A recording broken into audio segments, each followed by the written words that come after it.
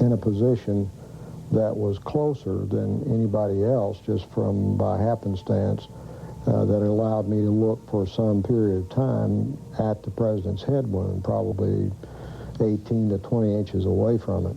Dr. Perry, who was enlarging the wound in the neck to do the tracheostomy, told me that the small wound in the neck looked like an entrance wound.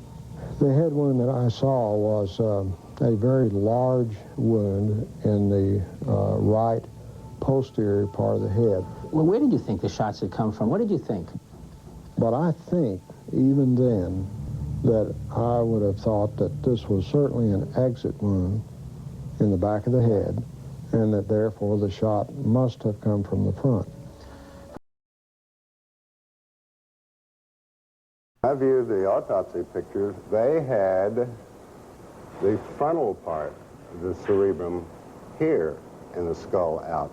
So when the picture was taken, you think they pulled the skin back up over this wound? That's the only thing I can postulate, because the back of his head was gone. This was a huge hole. It was on the right. It was 9 to 10 centimeters across, and you could look right into the brain. Crenshaw. Large hole is at the front of the head. This is something else. This is just almost a personal question.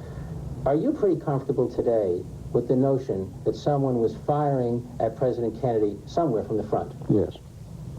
Are you equally comfortable, or are you not comfortable with the notion that there is forgery of some sort in the official documents of this? I feel there probably is. I certainly could not be, held down to saying exactly how that is, or even approximately how it is, perhaps. But I feel that there has been some kind of attempt to cover up what was going on. Let me show you, to my best recollection, what the wound looked like to me that day in trauma room 1. Before each doctor looked at the photos, he described the wounds he had seen back in 1963. I could see the president's head wound quite well, and I was probably looking into a wound that was on the lateral or the side part of the head and the back part of the head. It would be this portion of the head right here.